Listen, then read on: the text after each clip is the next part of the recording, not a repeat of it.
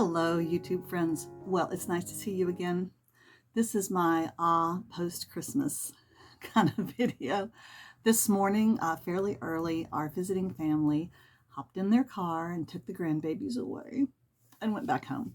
And it's now like, I don't even think I think it's about it's a little after 9 o'clock. And sorry, I had to, first of all, it's hard for me to see this clock, and then I have to adjust it back an hour. From the time change. Anyway, so I am tidying up my house, which I love to do as soon as company leaves. Just get everything. It's a small house, so you have to shift everything back into its place. I'm leaving up my Christmas tree and almost all my Christmas decorations, though. Next week, when everything's really quiet in the house, I want to sit in the living room and look at my Christmas tree lights for just a little bit before I haul out the big tubs and put everything away. But the thing I wanted to share with you today is a Christmas box swap that I did with a lady who lives fairly near me in an adjoining state in the U.S.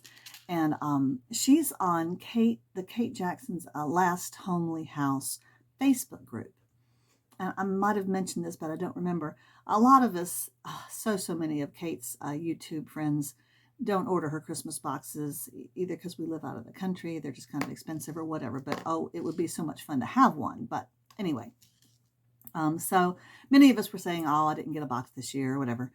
And so I think a couple of us said, well, couldn't we just do our own Christmas box swaps on this group?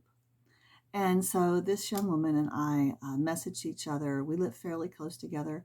We agreed to do a swap. In the U.S., we have priority shipping. It's a flat rate shipping, so you get the box at the post office. It's free. You can put anything you wanted. You could put bricks into it. It could be as heavy as you like, but it's a flat rate. Or you can put feathers in it and have it be lightweight. Doesn't matter what the weight is. It is kind of expensive, but you could stuff a lot of things in there. So we agreed that that was reasonable. And so we did a swap with each other. And I wanted to share with you what she sent me. That's been a week or so since she did this. I'm going to save my favorite items for last. And I hope that I don't skip anything because I've put all of her little things where I wanted them to be in the house. Maybe if I read, I hope this is okay. She sent me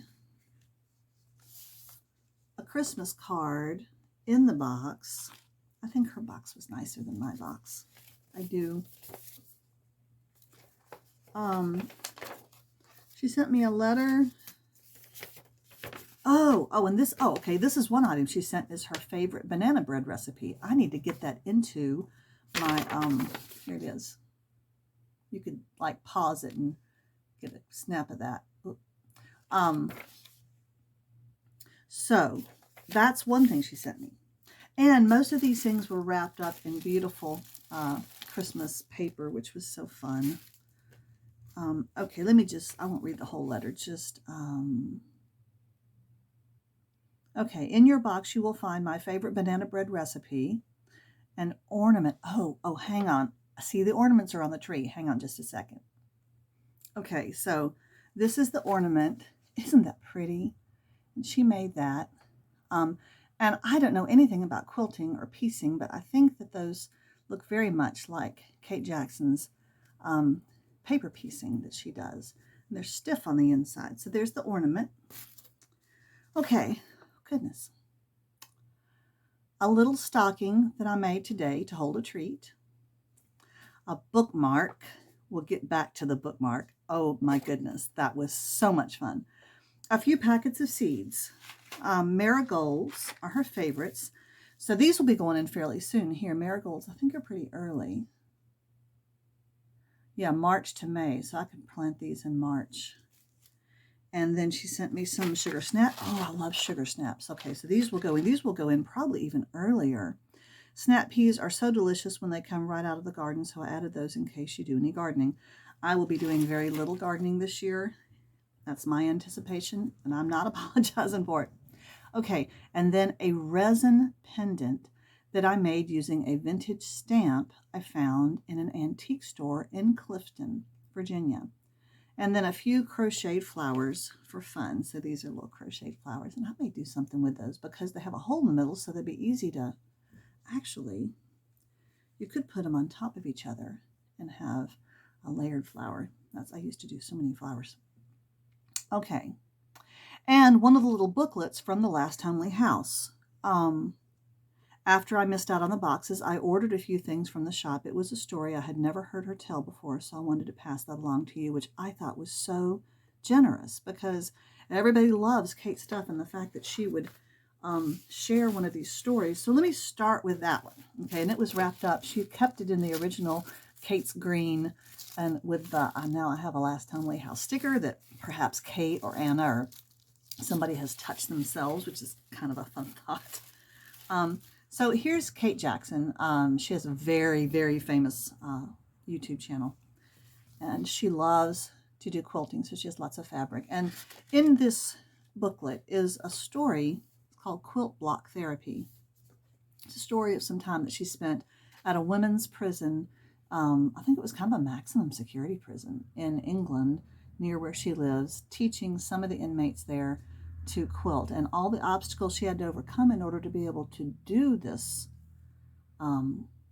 this project with them, and how rewarding and beautiful it was to work with those women. It seemed like it was a very meaningful experience. I sat down and read the story immediately all the way through. It's a little book, but what a powerful story. So, all right, what do I want to show you next? Okay, let me show you the pendant next. This is gorgeous. Now, okay, so there it is. It was a stamp. She found the stamp at a little store, an antique store, and then let me see if I can get a better focus. I don't know. Sometimes it focuses on the stuff behind you instead of the thing you want to focus on. Anyway, pretty stamp, and she enclosed it in this nice solid metal, and it's got resin on top. It's just beautiful. My grandbaby, when she was here, I wore this for several days. This is my chain. It's about the same length as the chain that she sent to put it on, and it's just too short for my neck. I need something that hangs lower, so I'm going to buy myself a new chain to put this on because I love that necklace. It's a little bit quirky, very vintage and old-fashioned. It's just my speed. Okay, now the most fun thing. I loved this. I loved it so much. If she ever watches this video, I just want her to know this was delightful. Okay, so she made this bookmark, all right? And it's a bookshelf full of books. And a lot of them have the titles on there. So you see Little Women. These are her favorite books, okay? Little Women, History of Love, The Stand, The Old Man and the Sea, Paddington. And then some of them are blank, but some of them, the titles are just abbreviated with the first letters. So everybody recognizes Lord of the Rings, right? Okay, so it's like, okay, Lord of the Rings. The NASB, that's the New American Standard Bible. There's a cross there to indicate that it's a Bible translation. That's also my favorite translation, has been for a long time.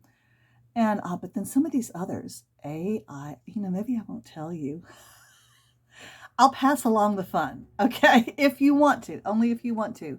I'm doing this. Oh, there's a shine. Okay, AIWL. Now these are her favorite books, and as soon as I understood that she liked Lord of the Rings and Little Women, Paddington, Harry Potter's on there, Narnia. It's a type of literature, so that may help you some. AIWL. AOGG. That one shouldn't be too hard for some of you. Okay. ALP. And then she gives the initials of the author, FHB. And the same author wrote, I don't know if you can see that, it's TSG. So this author did TSG ALP. Another one up here is THGTTG, and the clue on that is that the author's name is D. Adams. Now that may help some of you quite a bit on that one. The one that was the hardest for me, took me the longest, and I sat up at night thinking about it, was TIITC, and the author's initials are LBR. And that was a book I hadn't read, and it took a long time. It was helpful to have the TII. It was like the something something. um, so I did try to look up on the internet, authors who have the initials, whatever, but it was no help whatsoever. All right. So I just again want to thank this new friend who I have discovered I have so much in common with. We like the same books. We like the same sugar snap peas. We like the same type of jewelry. Isn't that just lovely?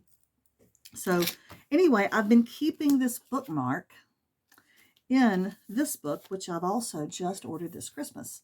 This is a Tolkien book, J.R. Tolkien, Letters from Father Christmas. And I'm not the huge Tolkien fan in the family. That's my husband, and some of my children are real into Tolkien. I've read his work and Silmarillion and stuff. My husband is now rereading The Lord of the Rings all over again. He does that on a regular basis. And he listens to Blue Max. I think that's his name. He's a guy who does, I'm sorry, I shouldn't digress so much, but you may really want to look into this. He does The Hobbit. I think he's working on Lord of the Rings or has already done it. And he does all the voices and he does all the sound effects, and it has the music from the movies too.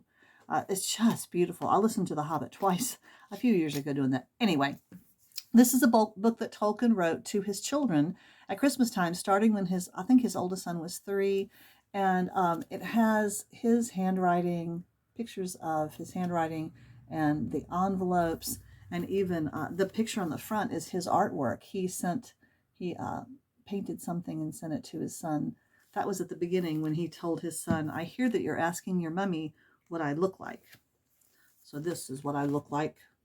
And this is what my house looks like." Isn't that funny that he thinks Santa's house is like a little round, I guess it's an igloo with red skylights and red windows and doors. Anyway, I haven't gotten very far in this book, but I'm looking forward to it very much.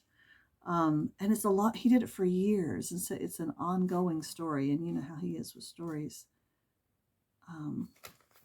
Isn't that one sweet? Oh, can you see that, dear boys and girl? He continued it. Anyway, this is the book that I'm keeping this bookmark in.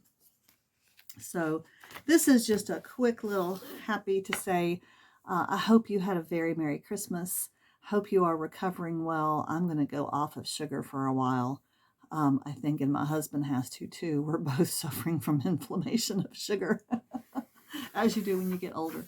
But I hope you had a Merry Christmas, and now we can get back to these winter months when we do all the fun creative things that we love to do. And I have my studio back. This was my grandson's bedroom while he was here, so I couldn't do any of my creative stuff that I normally do in here. But now I have it back, and I don't have to go to the farmer's market until probably March. So I'm hopefully going to spend lots of time spinning and doing other artwork and things like that. All right, we'll see you soon. Thanks for stopping by.